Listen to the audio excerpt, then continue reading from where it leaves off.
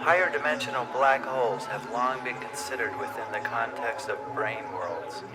Recently, it was shown that the brane world ethos also permits the consideration of higher dimensional wormholes. When such a wormhole pre-existing in the bulk impinges upon our universe, taken to be a positive tension 3 brane, it can induce the creation in our universe of a wormhole of ordinary dimensionality. The throat of this wormhole might fully constrict, pinch off, and thus birth a baby universe. Alternatively, the induced wormhole might persist. I show that this persistence is more likely, and note that the persistent wormhole manifests as a particle-like object whose interaction with cosmic matter is purely gravitational. I consider briefly the viability of this object as a dark matter candidate. Wormholes have been discussed in the context of brane worlds ever since it was noticed that the original Randall-Sundrum 2-brane construction meets the formal definition of the wormhole. In this construction of the branes served as boundaries of a higher dimensional space-time, the bulk. This idea of the branes as boundaries can be extended to bulk spacetimes that are not simply connected. In this case, the bulk would contain holes that are bounded by the closed branes. These holes would be the regions of literal nothingness or void. The closed branes, serving as boundaries between the bulk and this void, may be modeled as the throats of the thin cell semi-wormhole. A bulk containing such wormholes, in addition to the brane defining our universe, is not dissimilar to the oft-considered brane worlds featuring a bulk inhabited by one or more black holes.